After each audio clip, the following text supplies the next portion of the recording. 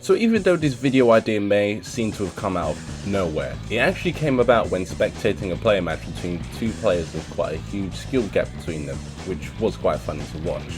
The more skilled player took the win while simply toying with his opponent, whereas the lesser skilled player, however, was the MVP of the match. He managed to KO his opponent with an unblockable attack, and the chat just erupted with comments while bursting with laughter. And my friend, who was also spectating the match, just simply said to me, "That is such an embarrassing way to go down." And then it kind of made me think, what are the most embarrassing ways to get KO'd in Tekken? And voila, this list was born.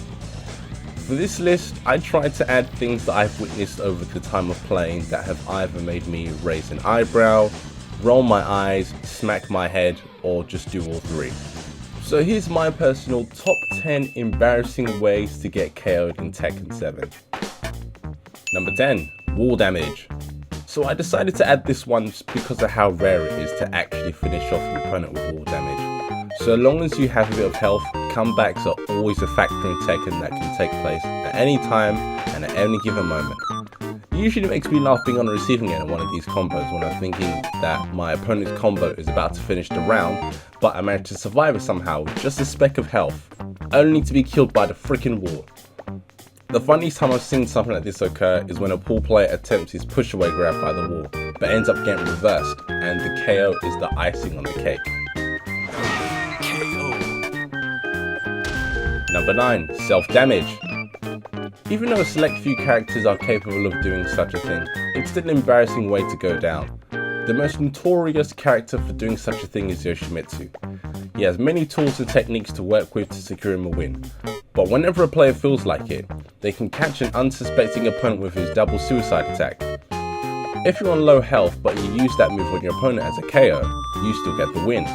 With Nina's Kneel Kick, you only take damage if you don't connect the move on your opponent whether it hits or gets blocked. So there are some pros and cons to using these moves, and that's only if it works in your favour. If not, then it looks pretty bad on your end.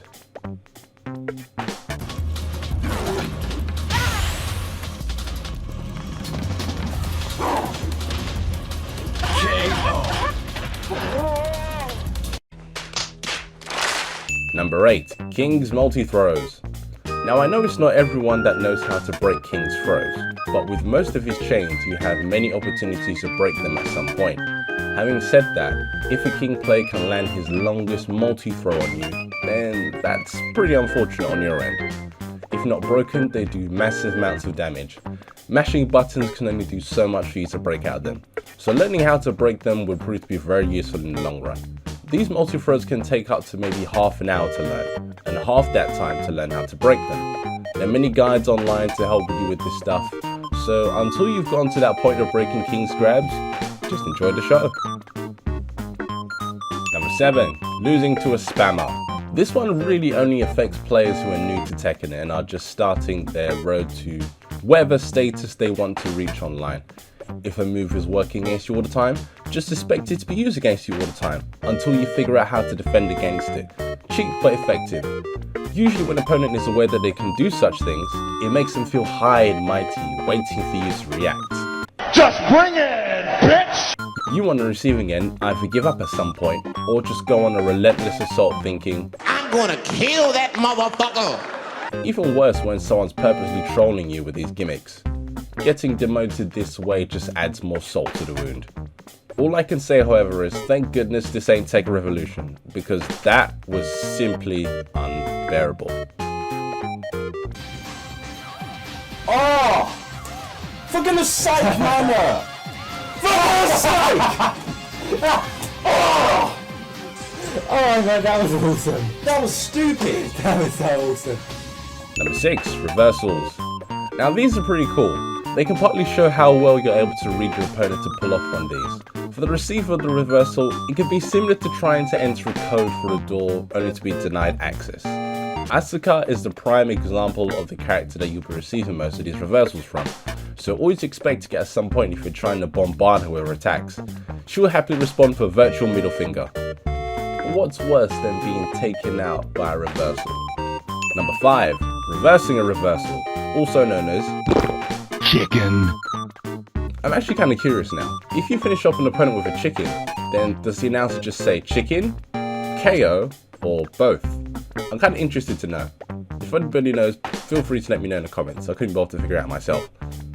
Chickens are also quite rare to see in matches in general, even if two Asuka players were involved in a match. To pull off one of these, you had to predict your opponent using a reversal and then attack while inputting the correct notations to successfully chicken your opponent. It only does a minute amount of damage, but it's definitely a huge blow to your opponent's ego.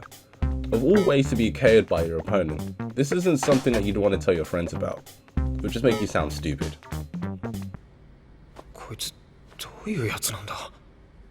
これからどうします？ハルトさんの体取り返しましょう。そうだな。このままじゃ落ち着かないし。なあハルト。それだけじゃダメです。え？あのロボットを取り返して、あいつらをドルシア軍を叩き出します。ハルトさん？それくらいじゃまだ僕が失ったものと全然釣り合わないから。あいつらは翔子を殺したんだ。Number 4, Unblockables. These can be so damn dirty when used right. Depending on the character that you're using, the time that it takes for your unblockable to come out will differ. These are quite common in matches from beginners to pro players alike, all used for several different purposes. These leave you wide open to any sort of attack from your opponents, so there's always risk involved. When used from a certain setup from an opponent who successfully hit you, fair enough, something was done right. An opponent that just hit you with one out of the blue and killed you, how do you respond to that? Trying it on your opponent's payback? That definitely won't work, especially if you weren't going to use it in the first place. If it's not part of your strategy, don't bother. Just embrace the salt of being hit by an unblockable. Number 3, item moves.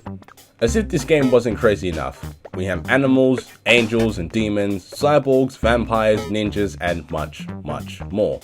So would it really be any surprise if somebody could take you out of a pizza, smack you with a paper fan, smudge ice cream in your face, do permanent brain damage by smacking a steel gird on your opponent's head? I really feel like only now we're hitting the target of this top 10 list with this entry, followed by the next 2.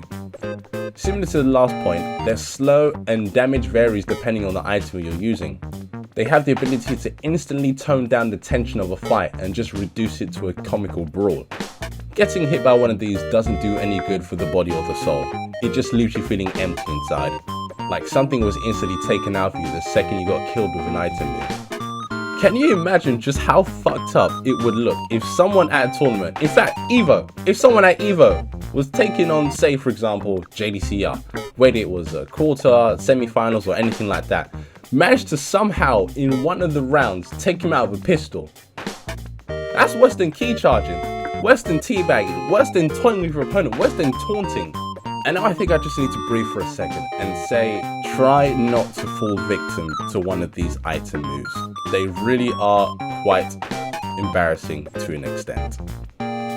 Number 2, triple perfect. I hope you guys are having a good day. I'm having a good day. I'm alive and I have a lot to be thankful for.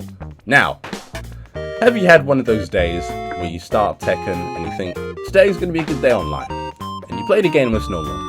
Somewhere down the line you go up against an opponent and maybe he was lucky enough to get a perfect on you. No problem, you say. Perfects are quite common in the game. I'll get him the next round. But you don't, and you get perfected again. Well, this looks kind of bad, but it's always possible to make a comeback. But you don't get that comeback, and you get triple perfected. Your opponent leaves, and there's no way of you getting any payback whatsoever. There's no coming back from that. Getting triple perfected, or TP'd for short, as my friends and I used to say back from Tekken 6, is probably one of the most demoralizing ways to get battered by your opponent. It's a very unfortunate situation to be left in. You have so much time to put up a fight, and if it ends up like that for you, you have to ask yourself what you did wrong. They don't look as bad if you at least win a round or 2, but if you don't, and this occurs, damn. Back when this stuff occurred a lot on Tekken Revolution, when I did this to people, I just burst out laughing. And then several minutes later, I'd start to feel bad for what I did. But the last thought in my head will always be along the lines of, You got knocked the fuck out! So now we come down to the last one. And what could it be, you ask? What could be the most embarrassing way to get KO'd in Tekken that you can think of? Actually, you've had the whole video to think of it, so let's just get right into it. Number 1, Miguel's Birla, aka Miguel's one-hit KO. Yes, some of you guys may be saying, wait, shouldn't these be listed under unblockables? While this being true, there is something absurdly special about this one. First is the fact of how slow this move is, to the point of how unrealistic it is to actually pull off in a match. Second is how he starts it off. Most characters start off by charging and summoning some sort of inner power before they unleash their attack. Miguel, on the other hand, just walks up to you while laughing and then proceeds to annihilate you seconds later. Third is the fact that it's the only unblockable on startup where you don't take any damage if your opponent strikes you during the whole ha ha ha ha I'm going to fuck you up phase. It can easily be interrupted and you have nothing to worry about. In the event that you are somehow struck by this move, here are 3 steps simply to help you recover from it. 1. Close the game. You've clearly had a rough time, so you need to stop playing for today. Number 2. Delete the game or destroy the game disc. There is simply no returning from that beating. This is the only option that's left for you. Number 3. Do us all a favor and become a doctor. Ah, see? You thought I was going to say kill yourself. What kind of stupid ignorant fuck would say something so heavy? Come on now. On a serious note though, Birla isn't supposed to have victims. It's hard for me to make this excuse for even a new player playing Tekken 7 because they could just mash and then you're good. You won't get hit unless your opponent calculates the distance between you and yourself and decides to try to catch you with it. Oh, for goodness sake, this is almost annoying for me trying to make excuses. Don't get hit by it. It's so damn embarrassing. Miguel has been out since Tekken 6 and has had that move since then. How often do you see a Tekken video get over 1 million views on YouTube when it involves someone getting annihilated with that move in a ranked match? This is probably that Dragunov player's last match. Everybody knows the deal with this move. If you don't want a short Tekken career, do not fall victim to this move. And that is all I have to say. Oh my goodness, what kind of all the lists that I've done, I think this is probably one of the most fucked up ones, honestly, because I'm not sure if I mentioned before at the beginning, I've just kind of gotten really bored with the game and I'm just kind of struggling to put out more content for it, so this was partly how it came to be. Well, on a real note, guys, I hope you enjoyed it. Oh yeah, quick shout out to Dr. Brian Coelho. Thank you so much for always supporting the content, dude. Really appreciate it, buddy. Any of you guys fallen for these things before? I'll tell you right now, I've not been a victim of Miguel's one-hit KO. I've not become a victim of that. Never have and hopefully never will. Anything else that I've missed out on? There probably is because, shit, I don't know what I was thinking when I was making this. I just kind of threw it together and thought, fuck it, what do you guys think? And then bam. So, yeah. I don't really think there's much for me to say at this point. Yeah, thanks guys for watching and have a good one. Take care.